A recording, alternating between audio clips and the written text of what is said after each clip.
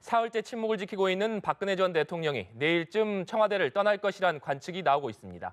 이에 맞춰 어떤 메시지를 내어놓을지 주목됩니다. 정치권은 조기 대선이 현실화되면서 대선 레이스에 박차를 가하고 있습니다. 세 분과 자세한 소식 짚어보겠습니다. 장성호 건국대 교수, 최창렬 용인대 교수, 김광산 변호사 세 분 모셨습니다. 세 분 어서 오십시오. 네, 안녕하세요. 안녕하세요. 네, 장 교수님 먼저 이 박근혜 대통령에 관한 탄핵이 인용된 이후에 박 전 대통령 아직까지 아무런 입장을 밝히지 않고 있습니다. 이 침묵의 배경 어떻게 저희가 봐야 될까요? 글쎄, 지도자는 국민한테 답변을 해야 되는데 국가기구인 헌법재판소로부터 판결을 받지 않았습니까? 개인적으로 생각할 때는 국민들한테 이유여를 막론하고 여러 가지 죄송하다 이런 말씀은 하시는 것이 도리라고 생각을 합니다.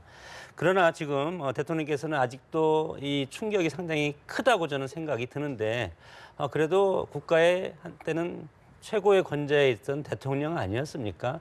대통령다운 당당함이 있어야 되는데 개인적으로 생각해 보면 그런 건 있을 것 같습니다. 앞으로 퇴임 문제 지금 이미 이제 자연으로 돌아왔는데 네.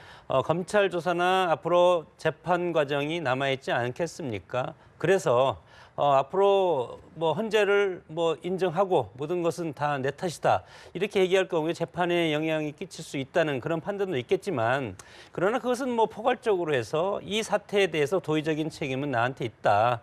앞으로 국민들이 화합하고 평화스러운 모습으로 해서 국가 발전으로 계속 이어졌으면 좋겠다. 이런 식으로 발표했으면 좋은데 아직 그런 것이 없으니까 국민들도 상당히 지금 불안한 것이 아닌가 그렇게 생각합니다. 네. 최 교수님께서는 좀 어떻게 평가하십니까? 지금 이제 지금 삼성동 사저에 지금 태극기 집회 그리고 박근혜 전 대통령을 지지하는 많은 시민들이 가 있어요 지금. 근데 자꾸 어제 토요일에도 그랬고 자꾸 불복한다라는 이런 얘기들이 많이 있잖아요. 불복한다라는 건 상상할 수가 없어요. 불복의 방법이 전혀 없습니다. 불복을 어떻게 하겠습니까? 상정할 수 없는 얘기인데 상상할 수도 없고. 그러나 어쨌든 간에 당분간이겠습니다만 그런 혼란으로 비치는 상황이잖아요, 지금. 그렇기 때문에 전직 대통령으로서의 말씀 한마디가 대단히 소중할 수 있다는 생각이 듭니다. 그러니까 사실 대통령이 그리고 청와대도 그렇고 탄핵이 인용되리라고 잘 상상하지 못했다는 게 일반적인 전언이거든요. 기각 또는 각하로 예상을 했던 것 같아요. 그런 충격에서 아직 빠져나오지 못했고 그리고 사실상 국민들 향해서 할 메시지도 없다 하더라도 최소한 우리 장 교수께서 하신 얘기처럼 죄송하다. 어쨌든 간에 국민들이 선출해 줬는데 그 직을 충실히 수행하지 못했다. 아주 원론적인 얘기입니다만 그런 말씀을 하는 것과 하지 않는 것과는 다를 것 같아요. 저는 대통령이 승복한다 안 한다 이런 얘기는 할 이유는 없는 거죠. 승복 안 한다는 얘기 하지 않았으니까. 단지 지금 침묵 자체가 정치적으로 불복으로 비치는 게 아니냐라는 해석들을 내놓고 있는 거잖아요. 네. 저는 박근혜 전 대통령이 그런 마음을 가졌다고 보지 않고 단지 그렇게 해석될 수 있고 그렇게 인식될 수 있기 때문에 그리고 현실적으로 많은 지지자들이 그런 모습들을 비추고 있잖아요. 지금 불복이란 말을 공공연하게 하고 있는 상황이기 때문에 그런 점에서 대통령의 말 한 말씀은 대단히 소중하지 않을까 이런 생각을 합니다. 네. 변호사님께서는 네. 최 교수님의 연장선상의 얘기인데요. 사실 한 나라의 대한민국 대통령이었잖아요. 그렇기 때문에 일단 헌재에서 박근혜 대통령에 대해서 파면에 대해서 전원일치가 나왔잖아요. 그럼 적어도 대통령으로서 어떠한 그거에 대해서 의견을 제시하는 것은 그건 국민에 대한 도리라고 생각합니다. 물론 어떤 인용 결정이 나올 거라는 걸 예측을 못했다 하더라도 물론 충격이 클 수 있겠죠. 그렇지만 이제 그 부분에 관해서도 과연 박근혜 대통령이 왜 이렇게 오판을 했을까 이제 그런 부분도 한번 생각해 볼 수가 있어요. 더군다나 통치권자이지 않습니까? 그래서 그리고 박근혜 대통령이요 지난번에 그 헌법재판소 최후 변론 서면으로 했잖아요. 거기서 어떤 얘기를 했냐면 어떤 상황이 오든 대한민국 국민을 위해서 어떤 분열과 혼란을 극복하는데 최선을 다하겠다고 얘기를 했어요. 네. 그런데 지금 계속 침묵이 오래가고 있고 더군다나 삼성동 관저로 바로 가지 않았거든요. 근데 그 부분은 아까 최 교수님 말씀하신 것처럼 지금 벌써 야당에서는 거기서 관저에서 머물면서 또 본인에게 불리한 어떤 것을 폐기하고 있지 않느냐 이제 그런 거에 대한 공세를 주고 있잖아요. 그다음에 지금 헌법재판소에서 판결이 남과 동시에 대통령 직위를 잃는 것이 됐잖아요. 네. 그래서 그러면 청와대 관저를 언제 비워주냐에 대해서 법률 규정이 없기 때문에 이 부분은 애매하다 하는데 저는 그렇게 보지 않습니다. 왜냐하면 언제 관제를 비워주는 것까지 법률에 규정할 수는 없어요. 그 의미는 바로 선고와 동시에 관제를 비워주라는 의미거든요. 그렇다고 한다면 적어도 박근혜 대통령 입장에서는 플랜 A와 플랜 B를 짜서 플랜 A는 물론 본인한테 유리한 탄핵의 기각이라고 생각하겠지만 플랜 B의 경우도 생각해서 사람이라는 게 나중에 모양새가 중요하고 또 끝이 중요하거든요. 그렇기 때문에 본인이 이제 퇴진을 하는 데 있어서도 또 관저를 가는 데 있어서도 굉장히 명백한 모습을 보여주면서 어떤 국민에 대한 메시지를 전달했으면 마지막에 굉장히 좋았던 대통령으로 기억될 수 있었는데 그런 기회도 놓친 게 아닌가 좀 안타까운 생각이 있죠. 네. 저희가 현재 지금 삼성동 사저 앞의 모습을 지금 보여드리고 있는데요. 현재 뭐 지지자들 그리고 취재진이 몰려서 상당히 혼잡스러운 모습을 확인할 수가 있는데 저 지금 대형 차량 같은 경우에 지금 추정되기로는 이삿짐 차량으로 추정이 되거든요. 장 교수님. 네. 지금 현재 이 보면 삼성동 사저의 이사가 한창 이루어지고 있는 것 같습니다. 그만큼 지금 퇴거 상황에 대해서 지금 이삿짐으로 추정이 되는데요. 저기 지금 상자들이 내려오는 모습을 저희가 확인할 수 있습니다. 그만큼 퇴거 상황에 대해서 박 전 대통령이 예상을 못했다, 준비를 전혀 못했다 이렇게 볼 수 있지 않을까요? 그렇죠. 뭐 본인은 기각이나 각하를 원했겠지만 국민 누구도 이거에 대해서 물론 얘기는 할 수 있지만 확신은 못하지 않습니까? 왜냐하면 6명이 찬성을 인용 의견을 내야 되기 때문에 이거에 대해서 옥신각신 여러 가지 지금 말들이 많았고 대통령은 본인이 그동안 수차례에 걸쳐서 이거에 대해서 나는 지시한 적도 없고 여러 가지 이거에 대해서 관련이 없다 이렇게 수차례 얘기했기 때문에 적어도 그거에 대해서는 확신을 했던 것 같습니다. 그러나 현재는 정치적인 어떤 재판이기 때문에 물론 뭐 이재용 삼성전자 회장 부분에 대해서는 추후로 검찰 조사를 지켜봐야 된다는 취지로 얘기를 한 것 같고 네. 나머지 최순실의 국정농단에 대해서는 대통령이 일정 부분 관여됐다고 해서 탄핵이 인용한 것 아니겠습니까? 그럼에도 불구하고 이렇게 준비가 안 됐다는 것은 아까도 제가 말씀드렸지만 어떤 예단적인 그런 행동은 대통령으로서는 하기가 싫었다. 이렇게 이제 뭐 해석할 수밖에 없는데 그래도 불구하고 뭐 이것에 대해서 미리 뭐 준비를 해놨으면 좋지 않았을까. 좀 당당한 모습이 좀 좋다고 봅니다. 일단은 법적으로 나중에 유무죄를 다투는 것은 다투는 거지만 네. 그러나 국가의 어떤 최고의 심판기관이 헌법재판소 이렇게 했으면 당당하게 이렇게 해야 되는데 지금 뭐 경호시설이라든가 보일러 TV, 인터넷 이런 것들이 아직 정확하게 수리가 되지 않았기 때문에 뭐 이런 현상이 이제 보이고 있는데 이것은 어떻게 보면 좀 안타까운 모습이라고 생각이 듭니다. 네. 뭐 오후에 청와대 참모들과 뭐 회의가 있었다고도 전해지고 있고요. 여기에서 언제 사저로 이동할 것인가 이런 결론이 난다고 하는데 지금 일반적인 관측으로는 내일 오전쯤 사저로 이동하지 않겠느냐 이런 관측이 나오는데 사저로 퇴거하는 것을 계기로 해서 그렇다면 박 전 대통령이 어떤 짧은 메시지라도 낼 가능성 있을까요?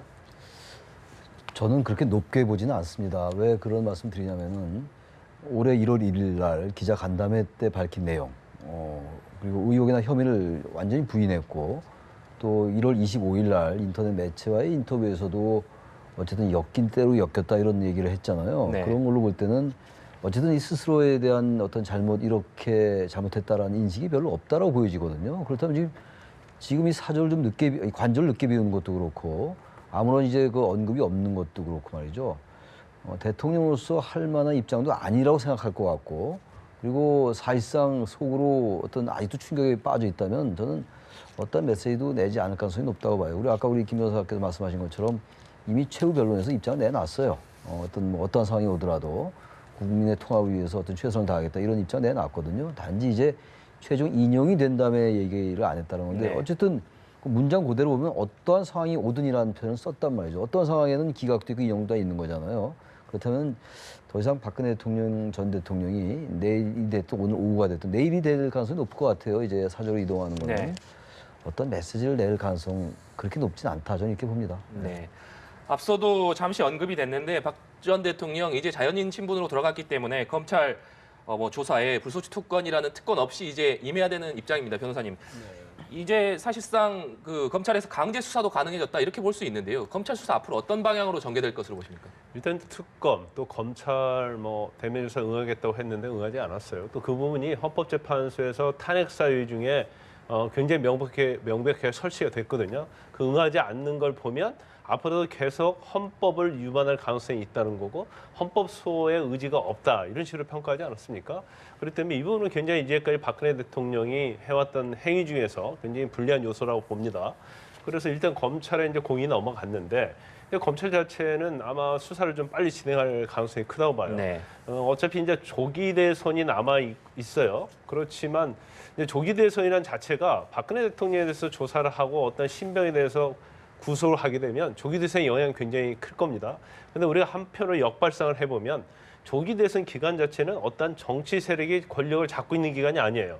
그러니까 정치의 어떤 공백이라 볼 수 있는 거죠. 그래서 검찰에 영향을 끼칠 수 있는 그런 상황이 안 된다는 거죠. 그러면 검찰 자체가 정치 권력으로부터 자유롭게 독립적으로 수사를 할 수 있는 좋은 상황이 될 수 있다. 저는 그렇게 봐요. 그렇지만 일단 대선이 후보가 정해지고 본격적으로 들어간 상태에서 박근혜 대통령에서 조사를 하고 어떤 구속을 한다고 하면 이건 조기 대선에 영향을 많이 미칠 수 있기 때문에 제가 개인적으로 볼 때는 물론 내일 아마 검찰의 입장이 나올 것 같지만 적어도 4월이 넘어가기 전에 이게 3월 말까지 대면 조사랄지 여러 가지 청와대 압수수색들을 모두 끝마치고 박근혜 대통령에 대한 신병도 결정하는 게 맞다 저렇게 그렇게 봅니다.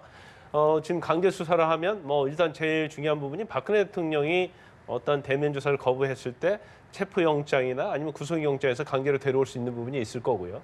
그다음에 박근혜 대통령과 관련된 계좌 추적 또는 통신 추적 이런 것들이 될 수 있겠죠. 그래서 검찰 입장에서는 아마도 이걸 계속 끌고 갈 수 있는 입장은 아닌 것 같아요. 그래서 정치 어떤 세력의 눈치도 볼 필요가 없기 때문에 아마 내일 발표를 할 것 같지만 적어도 검찰은 신속하게 수사를 진행해서 3월 말에 결론을 낼 가능성도 상당히 있다고 보고요. 또 그렇게 하는 게 저는 맞다고 봅니다. 네, 결국에 이 대선 전국이 그러니까 조기 대선이 시작되기 전에 이 수사가 마무리될 것으로 전망해 주셨는데 장 교수님께서는 좀 이 아무래도 이 수사가 이 조기 대선 전국에 또 영향을 미칠 수밖에 없기 때문에 이 시기도 결국은 중요한 문제가 될 수밖에 없거든요. 어떻게 보십니까? 검찰이 시기를 조절할 수는 없다고 봅니다. 검찰은 지금 일을 해야 됩니다. 뭐 수사를 할 수 있으면 하고 신병 처리를 할 수 있으면 해야지. 검찰이 어떻게 대선을 염두에 두고 대선 이후로 수사를 잠시 멈추겠다. 이러면 정치 검찰이라는 말을 또 듣고 그리고 검찰이 또 여론의 어떤 그 도마에 오르지 않겠습니까? 검찰은 이제는 좌고우면 하지 말고 법대로 처리할 건 처리하고 하는 것이 좋고 물론 여기에 따라서 대선 주자들한테 각각의 미세하거나 아니면 크게 영향을 끼칠 가능성은 있습니다. 그러나 그것도 하나의 정치라고 생각을 하고 그것도 역대 대선마다 북풍이라든가 여러 가지 선거의 판세를 전환시키는 요인들이 항상 발생해 왔지 않습니까? 그런 차원을 생각을 한다면 이것이 정치가 우리가 인위적으로 조작할 수는 없는 것 아니겠습니까? 결국은 국민들이 판단할 것이고 이 시기에 검찰 조사를 받을 수 있으면 받아야지 대통령을 지금 사실은 갇혀둔 것 아닙니까 이미 왜냐하면 밖으로 지금 나올 수가 있겠습니까 앞으로 이렇게 봤을 때 검찰에서는 이 기간을 놓치지 말고 검찰 수사는 검찰 수사대로 하면서 매듭질 것은 빨리 매듭져야만이 다음 정권 들어서서 또 같은 이것이 또 계속 이어진다면 다음 정권도 얼마나 힘들겠습니까? 그래서 그 유동성을 검찰이 상당히 줄여줄 필요는 있다고 봅니다. 네. 현재 장 교수님께서 이 검찰 수사가 대권 주자들에게 미칠 영향도 잠시 언급해 주셨는데 역시 대권 주자별로 이 부분에 대한 계산도 있을 것 같습니다. 어떻게 전망하십니까? 그래서 이거 선거에 영향을 안 끼칠 도리가 없겠죠. 현실적으로. 네. 김순환 검찰총장이 법과 원칙에 따라 수사하겠다고 입장을 표명을 했어요, 사실은. 근데 아무튼 지금 이 만약에 박근혜 전 대통령이 구속되고 이런 모습이 언론에 비치고 이러면은 이른바 이제 보수층이 결집한다는 거 아니에요? 그래서 지금 정권 교체의 기류는 상당히 더 이제 높아졌죠. 그러면 오히려 이게 지금 여당이 없으니까 야당이라고 이름을 붙이기도 어렵겠습니다만 지금 야권 성향의 유력 주자들에게 오히려 역풍이 분다 이런 고려가 될 수도 있고 네. 그러니까 오히려 야당이 더 조심스러울 수도 있어요. 어떻게 보면은. 그래서 저는 두 분이 다 말씀하신 것처럼 이 부분을 정치적으로 해석하기 시작하면 한두 끝도 없어요, 지금. 그리고 또 하나 문제는 아까 그 말씀 드린 다음에 지금 답변을 드리려 하는데 이 상황 속에서 과연 국민이 선거에 영향을 끼친다고 해서 2달 후에 수사를 한다. 그걸 과연 우리 국민이 용인할 수 있을까? 대통령 시절에는 불소추 특권이 있었기 때문에 기소도 할 수 없었고 이른바 대면 조사도 불발로 그쳤고 청와대에 대한 압수수색도 무산됐어요. 네. 그러나 이제 대면 조사란 말도 이제 틀린 말입니다. 사실상 박근혜 전 대통령에 대한 수사예요, 이제는. 그 당시 대면 조사란 말은 대통령이었기 때문에 대면으로 할 거냐, 서류로 할 거냐 이런 거였지. 이제 뭐 자연인 박근혜 전 대통령에 대한 이제 수사인 거죠. 이 부분에 대해서 너무 고려하면 안 된다는 생각이 들고, 아무튼 간에 이 지금 아까 김 변호사께서 좋은 말씀하셨는데 정치 권력으로부터 대단히 자유로워요, 지금 검찰이. 만약에 다음에 권력이 들어선 다음에는 오히려 검찰이 또 눈치 볼 수가 있고, 다음 정권이 가뜩이나 인수위도 꾸려져 있지 않은 상태에서 다시 만약에 이 박근혜 전 대통령에 대한 수사 얘기가 나오면은 또다시 뭐 진영 논리라는 것도 불가피한 면도 있단 말이죠. 따라서 차기 정권에 부담을 주지 않는다는 차원에서도 뭐 장 교수께서도 그런 말씀 하셨습니다만 일단 빨리 수사를 끝내야 되고, 단지 이것이 선거에 끼치는 불가피한 영향을 고려한다면 가능하면 좀 빨리 끝내서 선거에 가능하면 이 지금 5당에 지금 5당이 있잖아요. 그 네. 후보들에게 영향 주지 않는 범위에서 끝내는 건 좋겠죠. 그 정도의 검찰의 정치적 고려는 뭐 타당하다 하더라도 이것을 너무 지금 뭐 보수층이 결집하니까 하지 말고 이런 건 절대로 하면 안 된다. 그야말로 지금 이런 법과 원칙을 지키지 않아서 이런 지금 난맥상이 드러났는데 또다시 지금 그 사실상 그 몸통으로 지목된 박근혜 전 대통령에 대한 고려를 또 정치로 한다. 이건 아마 검찰이 택하지 않을 겁니다, 아마. 그래서 저는 오히려 이 대선 전에 빨리 수사를 하는 것이 맞다고 보고, 그래야 지금 이 유력주자들에게도 최소한 영향을 덜 미치게 할 수 있다, 이렇게 봅니다. 네. 변호사님, 또 한편으로 이번 헌법재판소가 박근혜 전 대통령에 대한 파면을 결정하면서 이 기업의 재산권을 침해했다, 뭐 이런 내용을 밝혔기 때문에 이 부분이 지금 현재 재판 중인 이재용 삼성전자 부회장의 재판에도 영향을 주는 것 아니냐, 이런 관측도 나오거든요. 이런 부분 이제 다의적으로 우리가 해석할 수 있죠. 기업 재산권을 침해했다. 그리고 기업 경영권에 대해서 간섭을 했다. 이런 취지의 헌재에서 결정을 내리지 않습니까? 네. 그런 의미 자체는 일반적으로 박근혜 대통령이 기업에 대해서 강요를 한 측면이 있다. 이렇게 우리가 해석할 수도 있어요. 그렇지만 이제 삼성의 어떤 뇌물죄 부분과는 좀 다르게 봐야죠. 지금 헌재는 우리가 아는 것처럼 정치적 재판이단 말이에요. 그래서 이게 뇌물이냐 뇌물이 아니냐 이제 그 부분을 판단하는 게 아니고, 지금 미르나 K스포츠 재단과 관련해서 기금을 출연받았잖아요. 근데 이게 삼성 뇌물 부분만 아니라 많은 기업으로서 받았어요. 뭐 앞으로 수사하겠지만 SK랄지 CJ랄지 롯데 말고도 또 다른 기업들이 있거든요. 그러면 뇌물로 볼 수 없는 기업에 대해서는 당연히 재산권 침해가 될 수 있는 거고요. 또 경영권 침해가 될 수 있는 거죠. 그래서 이게 꼭 결정적으로 그런 의미를 포함되는 것이 아니다, 이렇게 볼 수 있고, 또 하나 이제 법률적인 면으로 저희가 보면 지금 헌재 국회에서 소추를 했잖아요. 그래서 국회에서는 5가지 정리했는데 실질적으로는 헌재에서 결정할 때 뇌물죄는 빠졌어요. 그리고 헌재에 낸 자료는 자체는 검찰이 최순실의 안종범을 박근혜 대통령과 공범으로 해서 직권남용으로 기소한 부분을 가지고 판단하는 거예요. 그러니까 특검에서 이재용 부회장에 대한 수사의 어떤 뇌물 부분이 증거로 들어가지 않았죠. 네. 그러니까 뇌물 부분에서는 판단을 안 했고, 그렇다고 한다면 지금 국회 소추 측에서 낸 자료는 박근혜 대통령이 기업을 강요를 해서 돈을 출연한 것으로 돼 있어요. 그러면 헌재는 그거에 근거해서 판단할 수 있는 거지 뇌물과 관련해서 판단할 수 있는 건 아니에요. 네. 만약에 뇌물 부분이 헌재의 어떤 판단 사유에 들어갔다고 한다면 헌재가 이것은 뇌물이기 때문에 파면한다, 이렇게 파면한다거나 파면하지 않는다로 갔을 것이지, 이를처럼 기업권 침해랄지 경영권 침해로 가지 않았을 겁니다. 그래서 그 부분은 좀 분리해 볼 필요가 없다. 분리해 볼 필요가 있다. 결론적으로 얘기하면 헌재가 판단하는 것은 뇌물죄를 제외하고 지금 법원에서 재판하고 있는 대통령의 어떤 직권 남용에 관한 부분에 대해서 이렇게 판단하는 것이다, 이렇게 명확히 해석할 수 있죠. 네. 마지막으로 이 박근혜 전 대통령에 대한 파면, 뭐 우리나라 헌정사상 처음 있는 일이기 때문에 이 조기 대선 전국으로도 바로 또 진입하지 않았습니까? 현재 이 대권 주자들 한 목소리로 통합을 또 강조하고 있는 상황인데요. 아무래도 이 현재의 상황을 안정적으로 관리하기 위해서는 정치권의 해법, 그리고 필요한 상황인데, 장군 교수님께서는 어떤 해법이 좀 필요하시다고 보십니까? 그 정당과 의회가 제 기능을 해야 된다고 봅니다. 그러나 이미 대선판이 벌어졌기 때문에 정당과 의회가 제 기능을 하기는 상당히 어렵다. 그래서 협치를 기대하기는 상당히 어려운 상황입니다.